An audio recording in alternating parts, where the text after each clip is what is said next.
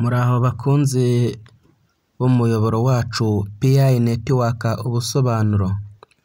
Muri aka kanya mbashyiriyeho umuyoboro ugiye kujya ubasobanurira amatangazo ya PI Network ari muri dashboard kuri bamwe baba batabashije kubisobanukirwa neza, dore ko haba hari amatangazo ari mu rurimi rw'Icyongereza kandi benshi badasobanukiwe Icyongereza mu rurimi rw'Ikinyarwanda.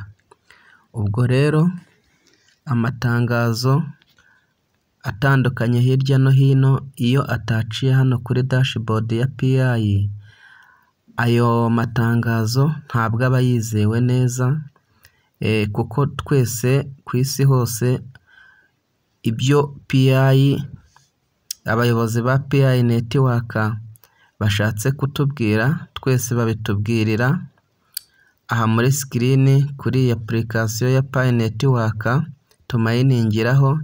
Iyo bitanyuze aha ngaha, ayo makuru aba ari ibihuha. Aba nibo ba nyiri mushinga, iyo hari icyo bashatse kutubwira barakitumenyesha kandi bakabinyuza kuri buri wese, yaba uzi Icyongereza ndetse n'utagisobanukiwe.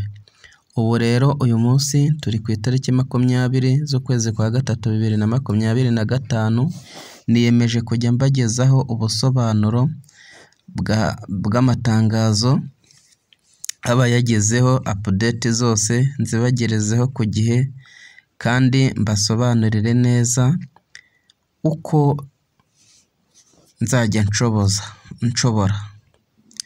Reka nkubwire ngo kanda subscribe dukomeze tugendane.